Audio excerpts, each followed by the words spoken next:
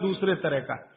तो उनको बताएं तो पिए नहीं, और हमारा एक्सपेरिमेंट हो नहीं तो हमें तो करना था, तो उनको बताया गया। तो ये हमने देखा कि डॉट्स का जो काम करने का है, डॉट्स माने उसके जो माइक्रोन्यूट्रिएंट्स, उसके घटक जो शरीर पर काम हो रहे हैं, गोमूत्र पीते ही उनके काम करने की शक्ति 20 गुने से 40 गुनी बढ़ गई।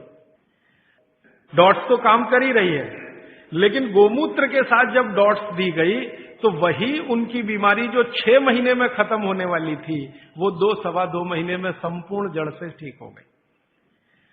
फिर जब वो ठीक हो गए तब उनको हमने बताया कि भैया वो शीशी में भर के जो दिया था वो गोमूत्र था। तो तुरंत नाक चढ़ गई उन्हें, ठीक हो गए। कहते हैं जी आपने तो बहुत अच्छा कर दिया, हमको हमारी संभावना नहीं थी कि हम जिंदा भी बचेंगे, लेकिन नाक तब भी चढ़ गई। तो ये जो नाक चढ़ती है हमारी, ये अब कम कर दीजिए इसको चढ़ाना। गाय का मूत्र अद्भुत है, बहुत ही अद्भुत है। इसके हम एक्सपेरिमेंट करते करते 48 रोगों तक पहुंचे हैं आज। 48 डिसीज हैं, 48 रोग हैं, वात के, कफ के, पित्त के, तीनों के जड़ से खत्म होते हैं। अभी जो लेटेस्ट हम काम कर रहे हैं आज की तारीख में, जब मैं आपसे कह रहा हूं, इस समय ज्यादा काम हो रहा है कैंसर पे, कि गोमूत्र का कैंसर पे असर देखो क्या होता है। तो गले का कैंसर, आहार नली का कैंसर और पेट का, इन 3 कैंसरों पर सबसे अच्छे परिणाम है गोमूत्र के, तीनों कैंसर पे। बाकी जो रक्त का कैंसर है उसमें परिणाम अभी उतने अच्छे नहीं हैं। तो भागवत जी के जो परमुटेशन और कॉम्बिनेशन है, मतलब कि गोमूत्र में ये मिलाओ और ये मिलाओ और इतनी मात्रा में मिलाओ और इतनी, वो करके देख रहे हैं। और वो करके देखने के लिए एक बड़ा हॉस्पिटल बन रहा है इस देश में, आप कभी भी वहां जा सकते हैं। 11 फरवरी से काम करना शुरू कर देगा। वलसाड में बन रहा है, वलसाड आपने सुना है, गुजरात में। तो वलसाड के कुछ जैन समाज के लोग इकट्ठे हुए, उन्होंने दिल दिखाया और दान दे दिया जितना चाहिए था। माने हॉस्पिटल बनाने के लिए आप जानते हैं आसान नहीं है, और कैंसर हॉस्पिटल के लिए तो थोड़ा मुश्किल है। तो उन्होंने भरपूर दान दे दिया, जगह भी दे दी, तो हॉस्पिटल बन के तैयार हो गया। 11 फरवरी से काम शुरू हो जाएगा। जो वैज्ञानिक गोमूत्र पर काम कर रहे थे पिछले 6-7 साल से, वो सब इकट्ठे होकर वलसाड में बैठेंगे और सिर्फ कैंसर पे काम करेंगे, क्योंकि बाकी काम तो करके देख चुके हैं, वो सब में अच्छा है। हर बीमारी में काम आ रहा है, कैंसर में करेंगे, और हर तरह के कैंसर में करेंगे। गर्भाशय के कैंसर में करेंगे, रक्त कैंसर में करेंगे, ब्रेन ट्यूमर जो कैंसर में कन्वर्ट होता है उसमें करेंगे। और शायद हमें लगता है 1-1.5 साल के बाद मैं दोबारा आपको मिलूंगा तो इस पर बहुत विस्तार से बात करूंगा कि कैंसर में क्या रिजल्ट है। 3 तरह के कैंसर के रिजल्ट तो अभी बता सकता हूं, गले का, आहार नली का और पेट का, ये तो बहुत अच्छे से ठीक हो रहा है, लेकिन बाकी कैंसर में भी इसका कोई असर है। आपने कैंसर के बारे में जितना कुछ सुना है उसमें से एक बात मैं कहूं कि आधुनिक विज्ञान ये कहता है कि शरीर को कैंसर तभी होता है जब शरीर में एक केमिकल कम होता है। उस केमिकल का नाम है करक्यूमिन। ये आज के वैज्ञानिकों ने रिसर्च करके निकाला है। करक्यूमिन नाम का एक केमिकल है, ये कम है तो जरूर तो खत्म होगा आदमी, कैंसर आएगा और खत्म होगा। और इस केमिकल की कमी से जो कोशिकाएं होती हैं वो अनकंट्रोल्ड होती है, उनके ऊपर कंट्रोल नहीं रहता, तो ये एक दूसरे के साथ मिलकर एक जूथ जैसा बना लेती हैं, वो ट्यूमर हो जाता है, फिर ट्यूमर बाद में ब्लास्ट होता है और फिर वो मैलिग्नेंट होता है, पहले बिनाइन फिर मैलिग्नेंट, और फिर अंत में कहते हैं जी डेथ ही है और कुछ है नहीं उसमें, कंट्रोल के बाहर है वो सब। सारे वैज्ञानिक इसमें लगे हुए। अब संयोग की बात देखिए कि जिस करक्यूमिन की बात आज के वैज्ञानिक कर रहे हैं, वो करक्यूमिन भरपूर मात्रा में गोमूत्र में है, भरपूर मात्रा में, और एकदम डाइजेस्टिबल फॉर्म में है। डाइजेस्टिबल माने तुरंत पियो और असर करे, ऐसा देर नहीं लगे। ये कुछ ऐसा संयोग है प्रकृति का। वैज्ञानिक कह रहे हैं कि ये तत्व कम होता है तभी कैंसर होता है। अब यही तत्व गाय के मूत्र में है। तो हजारों साल पहले भागवत की कही हुई बात अब सिद्ध हो जाएगी, साल भर में तो सब मान लेंगे। अब तक जितने रिसर्चेज हुए हैं गोमूत्र पर, इन पर भारत सरकार के सामने रिपोर्ट्स पेश की गई। भारत सरकार की जानते हैं एक काउंसिल है जिसका नाम है MCI, medical council of India.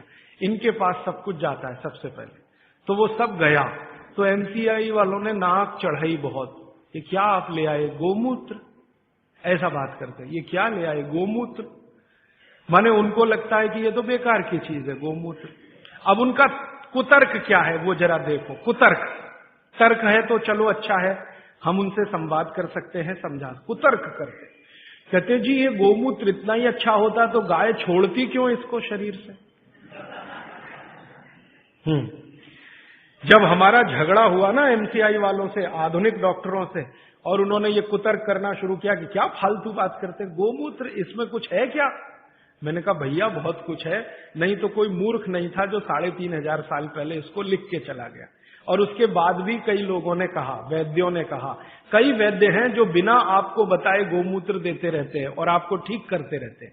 उनके बहुत सारे काढ़े, बहुत सारी दवाएं गोमूत्र में बनाते हैं, आपको नहीं बताते, ये अलग बात है। क्योंकि हर वैद्य मुझे यही कहता है बता दो, तो नाक चढ़ जाती है सबकी। नाक चढ़े तो थोड़ा रेजिस्टेंस आता, फिर दवा का असर कम हो जाता, तो बिना बताए देते रहते।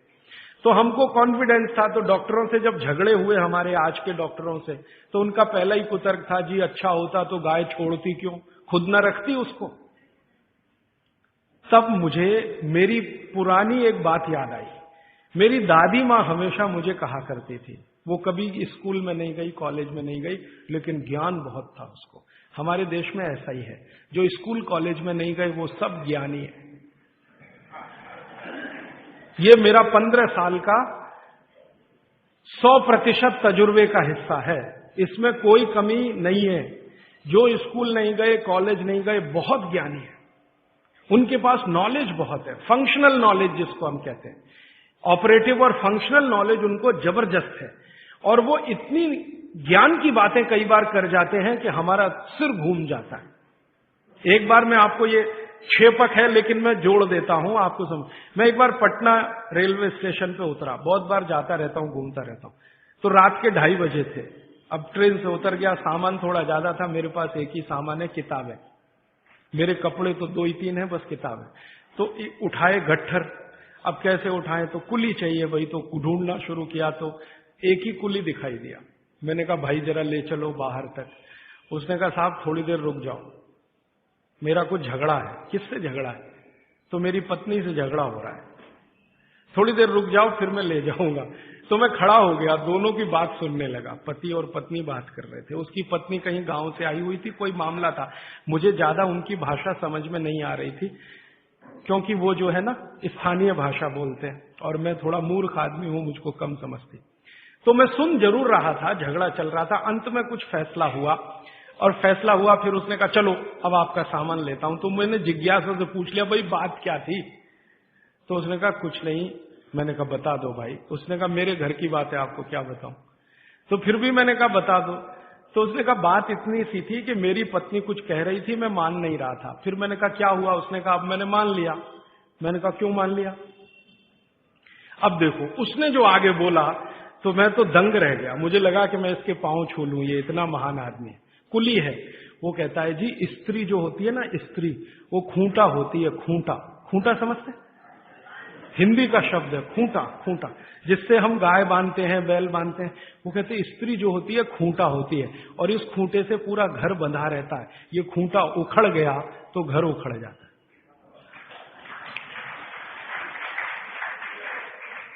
अब मैंने कहा कि भाई इसने कहीं यूनिवर्सिटी में गया नहीं, कोई डिग्री इसके पास है नहीं, इतने ज्ञान की बात इसने कैसे कही।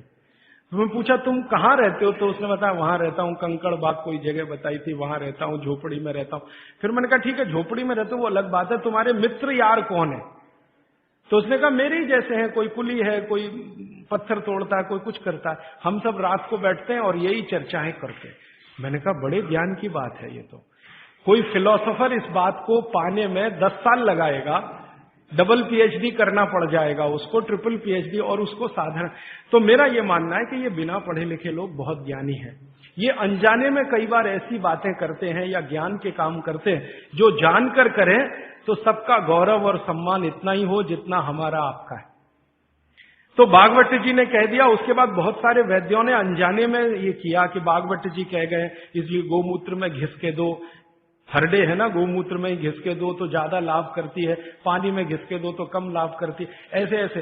तो मैंने उन वैज्ञानिकों से झगड़ा ले लिया इसी आधार पर कि ये बोला है, हजारों साल किया है, ये अलग बात है कि रिपोर्ट्स नहीं रखी उन्होंने, तो ठीक है हम निकाल के देंगे आपको। तो उनका एक ही कुतर्क था कि जी मूत्र इतना अच्छा होता तो गाय क्यों छोड़ती इसको, आपका मूत्र अगर इतना अच्छा होता तो आप क्यों छोड़ते इसको। फिर बाद में मुझे दादी की बात याद आई कि दादी ये कहती थी कि ये गाय नहीं है, माता है, माता है, माता। वो कभी भी हम कहते थे गाय, तो वो कहती थी गाय मत बोलो, गो माता, या तो माता बोलो नहीं तो गो माता। गाय नहीं बोलने दिया कभी भी उसने, क्योंकि गाय बोलना वो कहती थी अपमान है उसका, तो गौ माता है। अब माता जो होती है हर जरूरी चीज बच्चे के लिए छोड़ती है, ये आप सब जानते हैं। बच्चा उत्पन्न हुआ तो उसको सबसे ज्यादा जरूरी है दूध, तो मां दूध छोड़ना शुरू कर देती है। बच्चे होने के पहले तक नहीं है, वो बच्चा होने के बाद ही है। तो माता के बारे में ये कहा जाता है, मां की परिभाषा इस देश में है कि हर जरूरी चीज जो उसके बच्चे को चाहिए वो छोड़ती है। तो मुझे लगा गाय भी माता है, तो ये बहुत जरूरी चीज है शायद हमारे लिए, मूत्र, तो ये हमारे लिए शायद छोड़ती है। हम मूर्ख हैं कि उसको इकट्ठा नहीं करते, बेकार जाने देते हैं। तो वैज्ञानिकों को मैंने कहा भाई हमारे यहां तो ये कहा जाता है कि ये गाय नहीं है, माता है। तो मां कुछ जरूरी चीज हमारे लिए छोड़ती है, तो शायद ये जरूरी हो। तो उनका अच्छा ठीक है, अब आप बहुत जोर दे रहे हो, और हमने कई तरह का प्रेशर डलवाया था उनके ऊपर, तो चलो करके देख लेते हैं। फिर एम्स के और एमसीआई के वैज्ञानिकों ने काम किया, और काम करने के बाद 8 महीने के बाद वो कहते हैं बात आपकी बिल्कुल सही है, ये गोमूत्र हमारे लिए ही गाय छोड़ती है, हमारे लिए ही छोड़ती है। हमको बीसियों बीमारियां हैं जो इससे ठीक होती है। तो आप अपने जीवन में गाय के प्रति देखने का थोड़ा नजरिया बदल दो। अब तक आप गाय को दूध के लिए देखते थे, अब मैं आपको दिखाना चाहता हूं मूत्र के लिए देखो।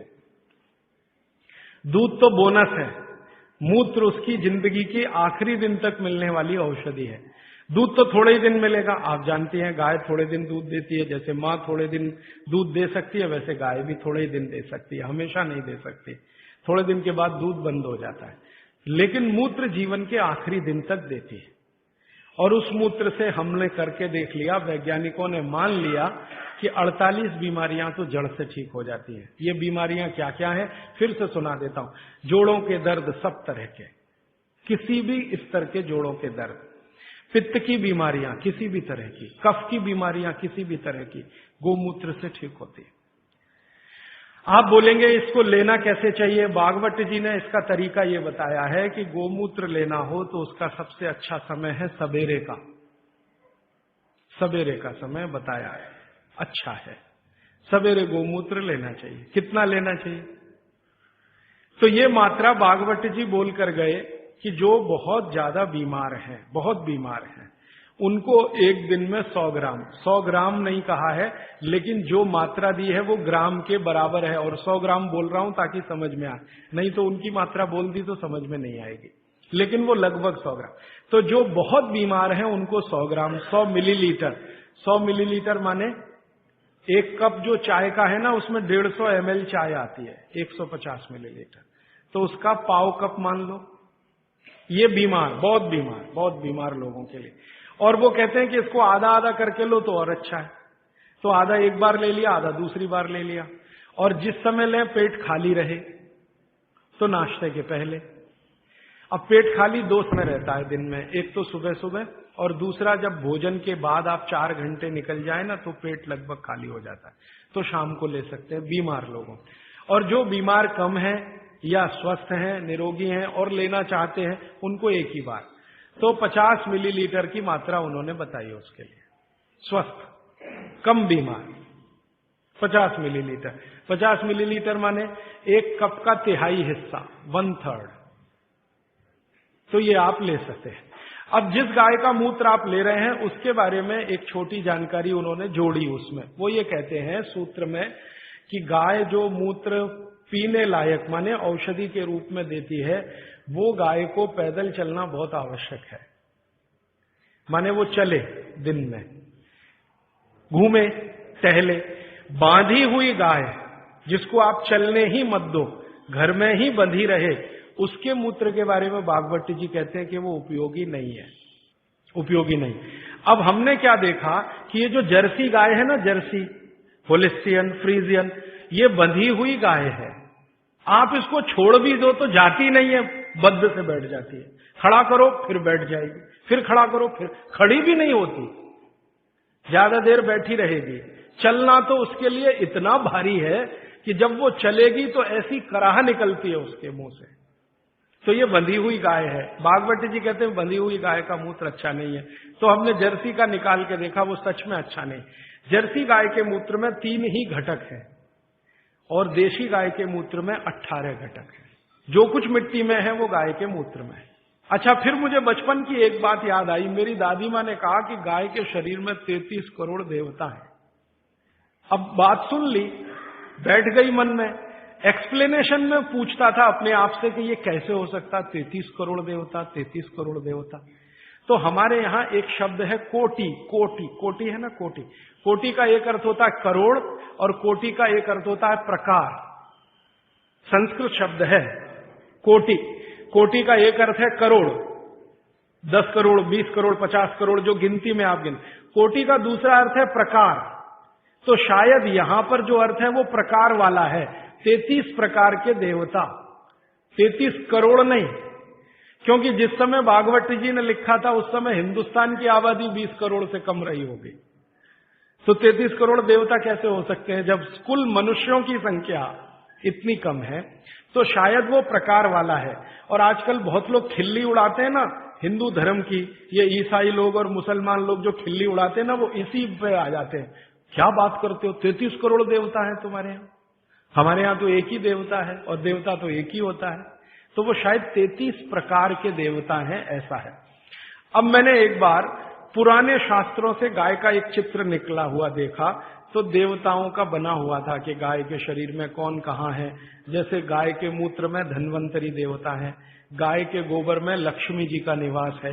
एक संस्कृत सूत्र है गोमय वसति लक्ष्मी, गाय के गोबर में लक्ष्मी है, गोमूत्र में धन्वंतरी है, गाय के गले में शंकर जी हैं। ऐसे ऐसे करके है। अब मैंने कहा करके देखो भाई, हैं तो करके देख लो। तो पहली बात तो समझ में तुरंत आ गई कि गोमूत्र से इतने रोग ठीक हो रहे हैं और धन्वंतरी तो आरोग्य के लिए ही उत्पन्न हुए थे, तो मूत्र में धन्वंतरी तो है पक्का। गोबर में लक्ष्मी है क्या? तो हम लोग 6-7 साल से ये प्रयोग कर रहे हैं और अब जाके हम ये कह सकते हैं कि सच में महालक्ष्मी है गोबर में, लक्ष्मी नहीं महालक्ष्मी। क्योंकि हमने गोबर का उपयोग किया खेतों में, यूरिया डीएपी बंद करा दिया। भारत में हमारा जो अभियान है ना, हिंद स्वराज अभियान, आजादी बचाओ आंदोलन, इसके करीब करीब कार्यकर्ता पूरे देश में 18-20 हजार ऐसे हैं जो गोबर से ही खेती करते हैं। यूरिया का एक दाना नहीं डालते, डीएपी नहीं डालते, गोबर ही डालते। जब जरूरत पड़े गाय का गोबर डालते। और उनकी खेती पहले से इतनी अच्छी है कि उत्पादन उनका 2 से 3 गुना बढ़ गया। पहले हमारा कोई कार्यकर्ता कपास करता था तो यूरिया डीएपी से 1 एकड़ में 2-2.5 क्विंटल, अब गोबर डाल के करता है तो 7 क्विंटल कपास। पहले हमारा एक कार्यकर्ता गेहूं करता था तो यूरिया डीएपी से 1 एकड़ में 12 क्विंटल गेहूं, अब गोबर से गेहूं करता है तो 24 से 25 क्विंटल गेहूं उसी 1 एकड़। धान करते थे, चावल करते थे तो यूरिया डीएपी से आता था मुश्किल से 15-17 क्विंटल धान, चावल उसमें भी कम होता था। अब हम धान करते हैं तो 30 क्विंटल तक आता है उसी गोबर से। बाजरे में किया, मक्के में किया, गन्ने में तो इतना अद्भुत परिणाम है कि यूरिया डीएपी का गन्ना करो तो गन्ना ज्यादा से ज्यादा 8 फीट ऊंचा होता है, गोबर से गन्ना करो तो 14 फीट तक ऊंचाई जाती है। गन्ने में यूरिया डीएपी से रिकवरी 8% है, गोबर से रिकवरी 14-15% है। और जो गोबर से गन्ना करें और उसका गुड़ बनाएं, रस से गुड़ बनाएं, तो वो गुड़ का अंतरराष्ट्रीय बाजार में भाव 70 रुपए किलो है और आप 15 रुपए किलो खरीदने में परेशान हैं। क्योंकि इंटरनेशनल मार्केट में लोग कहते हैं कि जी गोबर का गन्ना और उसका रस और गुड़ मिलता नहीं किसी देश में, भारत में ही संभव है, क्योंकि देशी गाय ही भारत में है और किसी के पास देशी गाय है नहीं। तो गोबर में लक्ष्मी है, क्योंकि आप उत्पादन बढ़ाएंगे, बाजार में बेचेंगे, लक्ष्मी आएगी। तो गोमय वसति लक्ष्मी, गोमूत्रे धन्वंतरी। सूत्र कुछ ऐसा है कि मूत्र में धन्वंतरी, गोबर में लक्ष्मी। अब ये गोबर पर एक्सपेरिमेंट करते करते हम यहां तक आए हैं कि गाय के गोबर में से गैस निकलती है। ये गैस से आप अपने घर का चूल्हा तो जला ही सकते हैं, ये तो पुरानी बात है। अभी आज की बात जो है वो ये कि गाय के गोबर से निकली हुई गैस से गाड़ी चला सकते हैं। गाड़ी माने Tata Sumo, Tata indica, Tata Sierra, Tata की वो सफारी, ये सब चलती है, बहुत आराम से चलती है। गोबर गैस है ना, उसको सिलेंडर में भरो और वो सिलेंडर गाड़ी में लगा दो तो बिना इंजन बदले और कोई तकलीफ किए वही गाड़ी दौड़ती है। दिल्ली में आईआईटी है, कभी भी आप वहां चले जाइए, आईआईटी कैंपस की सब गाड़ियां गोबर गैस से ही चलती है। और इस आधार पर सुप्रीम कोर्ट में एक केस का अभी फैसला हुआ है। हमारे देश का अदालत अब तक ये कहती थी कि गाय दूध न दे तो बेकार है, काट दो। अब सुप्रीम कोर्ट ने अपना फैसला बदल दिया, वो कहते हैं ये दूध नहीं दे तो भी उतनी ही उपयोगी है, क्योंकि गोबर दे रही है और मूत्र दे रही है। कोर्ट ने अपना जजमेंट बदला, ये भारत के इतिहास में पहली बार हुआ। सुप्रीम कोर्ट ने अपना पुराना जजमेंट बदला, ये एक्सपेरिमेंट होने के बाद। अब थोड़े दिन में हमारी तो एक योजना है, आप अगर मदद करेंगे तो हम जरूर करेंगे इस योजना को। गांव गांव जहां भी गाय है वहां गोबर है। गोबर है तो हम क्या करने वाले हैं, गोबर गैस प्लांट छोटे छोटे हर जगह, गैस निकालो और सिलेंडर में भरो। कंप्रेशर की मदद से, आप जानते हैं कोई भी गैस सिलेंडर में भरी जा सकती है, तो कंप्रेशर की मदद से गैस सिलेंडर में भरो और सिलेंडर खुद भी इस्तेमाल करो, दूसरों को भी दो। ये एलपीजी का चक्कर खत्म करो, क्योंकि ये एलपीजी आयातित है, माने इंपोर्टेड है। दूसरे देश के सामने हम भिखारी बन के खड़े हैं, जी दे दो। ईरान से मांग रहे हैं, इराक से मांग रहे हैं, ईरान आंखें दिखा रहा, नहीं देते। हाँ, देंगे तो इस कीमत पे देंगे, गरज है तो ले लो, नहीं तो मत लो। तो हमारी सरकार भीगी बिल्ली बनी हुई उनके सामने रिरियाती है, गिगियाती है। ये चक्कर अभी खत्म करना, हमको तो डीजल पेट्रोल ही खत्म करना है इस देश में, जरूरत ही नहीं डीजल पेट्रोल। जब तक गाय जीवित है उसका गोबर है, गोबर से गैस है, गैस से सब चलेगा। आपकी बिजली भी बना लो, गाड़ियां भी चला लो, रसोई गैस भी जला लो, घर के सब काम गोबर गैस से हो सकते हैं। और गोबर गैस की बनाई हुई रोटी का स्वाद आपके एलपीजी की रोटी के स्वाद से कई गुना अच्छा है, करके देख लीजिए आप। तो हमारी भविष्य की योजना है कि हम इस अभियान में आगे ये करने जा रहे हैं, गांव गांव के कार्यकर्ताओं को प्रशिक्षण देके कैसे गोबर गैस बनाई जाए, कैसे प्लांट लगाया जाए, कैसे उसको निकाला जाए, गैस को कैसे सिलेंडर में भरा जाए। जिस दिन ये काम बड़े पैमाने पर चल पड़ा, हिंदुस्तान को डीजल पेट्रोल एक बूंद खर्च करने की जरूरत नहीं, गाय से ही देश चलेगा। तो समझ में आएगा कि इसमें महालक्ष्मी है गाय के गोबर में, लक्ष्मी नहीं महालक्ष्मी। भारत में 17 करोड़ गाय है, इसकी डबल चाहिए, 34 करोड़ में ये हो जाएगा। हमने जो हिसाब निकाला है, एक गाय का गोबर एक दिन में 10 किलो, अभी 17 करोड़ गाय है तो एक दिन का उनका गोबर है 170 करोड़ किलो। लेकिन सारे देश के डीजल की खर्चा और पेट्रोल का खर्चा और एलपीजी का खर्चा, ये पूरा अगर हम कवर करना चाहें तो गाय चाहिए 34 करोड़। हम आधे का तो कर सकते हैं, आज जितनी गाय है 34 करोड़। अब ये 34 करोड़ गाय कहां से आएगी? ये तभी आएगी जब कटना बंद हो। आप अगर इसका संरक्षण करें, गाय का कटना इसका बंद करा दें, तो गाय की संख्या अपने आप 34 करोड़ हो जाएगी। क्योंकि भारत की जो गाय है, देशी गाय, वो 20 साल जीवित रहती है और 20 साल में कम से कम 17 बार मां बन सकती है वो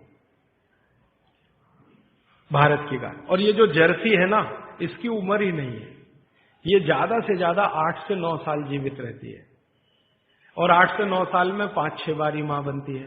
और भारत की जो देशी गाय है, इसके बारे में भागवत कहते हैं कि इससे जैसी कोई दूसरी चीज भगवान ने नहीं बनाई। भागवत जी कहते हैं कि इसके जैसी दूसरी चीज कोई भगवान ने नहीं बनाई। ये देशी गाय है, मां बनेगी, बछड़ा आएगा, बछड़ी आएगी तो गाय बनेगी, बछड़ा आएगा तो बैल बनेगा। और देशी गाय का बछड़ा ही बैल बनता है, ये जर्सी वाला नहीं बनता। क्योंकि देशी गाय के शरीर पर कंधा है, तो कंधा चाहिए ना बछड़े को बैल बनने के लिए, तो वो तभी संभव है। इसलिए देशी गाय का संरक्षण करना बहुत जरूरी है। आप बोलेंगे जी संरक्षण कैसे हो? भागवत जी कहते हैं कि भारत को भगवान की सबसे अच्छी देन है वो ये गाय है, जिसको हम देशी गाय कहते हैं। इसकी हमेशा सेवा करो तो ये संरक्षित हो। शायद इसलिए हमारे बुजुर्गों ने कहा गाय की सेवा करो तो मोक्ष मिलेगा, 33 प्रकार के देवता खुश रहेंगे। और मैंने करके देखा, ये देशी गाय आप घर में रखो, उसकी सेवा करो, सवेरे सवेरे सो के उठो, बस गाय को देखो, कुछ मत करो, बैठ जाओ, देखो उसको सामने, और आपके शरीर में इतनी खुशी और आनंद पैदा होगा उसका चेहरा देखने मात्र से। करके देख लो इसको। मैं अभी एक एक्सपेरिमेंट कर रहा हूं, डिप्रेशन के कुछ मरीजों को मैंने इकट्ठा किया है एक गौशाला में डिप्रेशन के मरीजों को इकट्ठा किया है। कोई दवा नहीं देते, वो कहते हैं जी गाय के सामने बैठो बस और देखो, उसको देखो, उसकी आंखें देखो, आंखों में जितनी सुंदरता है देशी गाय की कहीं नहीं मिलेगी आप। और जो आप गाय पहचान सकते हैं, भारत में एक गाय है किल्लारी गाय कहते हैं उसको, किल्लारी गाय, एकदम गुलाबी आंखें, सुर्ख गुलाबी आंखें, उसकी आंखें देख लिया आपने तो डिप्रेशन और अवसाद आपका खत्म हो जाए। इतना आनंद मिलता है गाय को देखने से। तो गाय देखने मात्र से अगर आनंद की प्राप्ति हो रही है तो ये उसकी सबसे बड़ी विशेषता है। मूत्र से तो बीमारियां ठीक हो ही रही हैं, गोबर से तो बहुत कुछ हो ही रहा है अपने देश में, उसकी आंखें देखने मात्र से खुशी पैदा होती है। और उसी गाय के साथ एक भैंस को देख लो, बराबर में एक गाय खड़ी कर लो, एक भैंस खड़ी, भैंस का चेहरा देख लो आप, तो ना हो तो डिप्रेशन हो जाएगा। हाँ, भैंस का चेहरा देखते ही मन में जो पैदा होता है ना, वो वॉमिटिंग सेंसेशन जैसा, और गाय का चेहरा देखते ही खुशी। तब मुझे ये सब बातें समझ में आई कि हमारे पुरखे गाय के लिए कितने प्रेमी और कितना उसको बचाने के लिए लगे रहे। और आप जानते हैं कि इस हिंदुस्तान की आजादी की लड़ाई गाय से शुरू हुई। जो 1857 में मंगल पांडे ने गाय की चर्बी के कारतूस की बात सुनी नहीं होती, तो गोली मारी नहीं होती, तो क्रांति शुरू नहीं होती। और महात्मा गांधी जो इस आजादी के आंदोलन के सबसे बड़े नेता थे, वो ये कहते थे मेरा शरीर काट दो, गाय को मत काटो। और एक जगह तो गांधी जी ने अंग्रेजों को कड़क भाषा में कहा कि तुम भारत को गुलाम रखना चाहते हो, रखो, गाय काटना बंद कर दो, मैं आंदोलन वापस ले लूंगा। वो कहते हैं गाय बच गई तो आजादी तो आ ही जाएगी। एक बार गांधी जी को एक अंग्रेज पत्रकार ने पूछा कि आपको आजादी और गाय दोनों में से क्या चाहिए, तो कहते हैं गाय बचा दो, आजादी तो आ ही जाएगी। गांधी जी जैसे आदमी को इतना लगता था। और गाय के बारे में इतनी सारी अच्छी बातें कहते हुए एक खराब बात कह दूं कि यही गाय सबसे ज्यादा कट रही है। और आप जिस राज्य में रहते हैं वहां सबसे ज्यादा कट रही है, तमिलनाडु और केरल। एक साल में 4.5 करोड़ गाय कट जाती है इस देश। इस तमिलनाडु में ऐसे ऐसे कत्ल खाने हैं जहां एक दिन में 14,000 गाय कट जाती है। आप चाहें तो सबके नाम पते मैं दे सकता हूं, इसी तमिलनाडु। केरल में उससे भी बड़े कत्ल खाने हैं जहां एक दिन में 17-18,000 गाय कट जाती है। तो जो गाय इतनी उपयोगी है वो कट रही है, इसको कटना बंद कराना ही पड़ेगा अगर हिंदुस्तान को डीजल पेट्रोल के दुष्चक्र से निकालना है। मैं आपको एक कैलकुलेशन बताता हूं। एलपीजी गैस का सिलेंडर आप कितने में खरीदते हैं? 300 रुपए में। हाँ, गाय गैस का सिलेंडर माने गोबर गैस का सिलेंडर उतना ही बड़ा जो एलपीजी का है, आप अगर गोबर गैस का खरीदो तो 67 रुपए में मिलेगा, 67। आप 1 लीटर पेट्रोल में कितनी गाड़ी चलाते हैं? 1 लीटर पेट्रोल में 20 किलोमीटर, है ना? 10 नहीं 20 मान लो, अच्छी से अच्छी गाड़ी 1 लीटर पेट्रोल में अच्छी से 20 किलोमीटर। 1 किलो गोबर गैस में वही गाड़ी 33 किलोमीटर चलती है। 1 किलो गोबर गैस में वही गाड़ी 33 किलोमीटर। और आप जब खर्चा निकालते हैं ना गाड़ी चलाने का पर किलोमीटर खर्चा, तो डीजल का खर्चा शायद 4.5 के आसपास आता है, पेट्रोल का खर्चा 6-6.5 रुपए आता है। गाय के गोबर से पर किलोमीटर गाड़ी चलाने का खर्चा 1 रुपए 15 पैसे आता है। तो सस्ता भी पड़ेगा, हमारे यहां आसानी से उपलब्ध है क्योंकि गाय उपलब्ध है। और पूरे देश को डीजल पेट्रोल का साल का खर्चा अभी 2,80,000 करोड़ का हो चुका है। सरकार इसी से सबसे ज्यादा परेशान है, ये पूरा खर्चा बच सकेगा। और 2,80,000 करोड़ में तो 34 करोड़ गाय आराम से पाल सकेंगे। तो गाय बचाने का काम करना है वो इसलिए कि भागवत जी बोलकर गए हैं कि ये सबसे सुंदर वस्तु या चीज या प्राणी बनाया इस देश में